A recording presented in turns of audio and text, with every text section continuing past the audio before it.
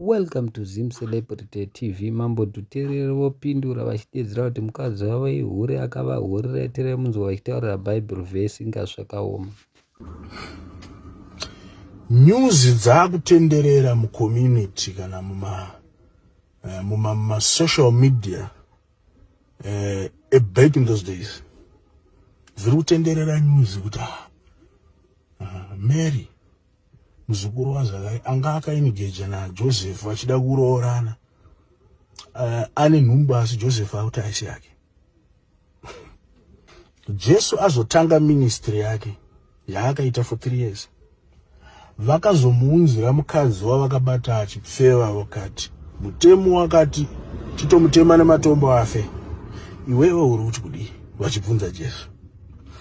Now andina hangu kuzowana information kana kuti andisaenda sangana naye yekuti from that day going onwards vakazoramba here vachitema vakadzi vavabata vachipomba nematombo.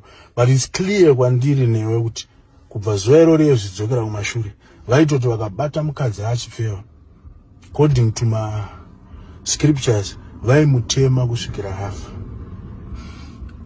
Now mumba maZakaria muprista mune mwana musikana ari kuzviti mhandara asi nhumbu yaanayo mukomana wake waanozivikanwa achidanana naye ari kuramba kuti aisi yangu. So that's clear now kuti Mary apomba.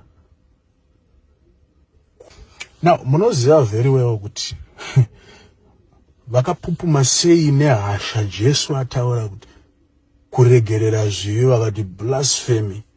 Anoregerera zvivi ndiani? Chiimagine now, this is the Messiah. Chiimagine ari Zakaria aenda kudare kuyonzi tiudze kuti chichaitika kumba kwako obva ataura kuti haana kupomba ndimwari. Baba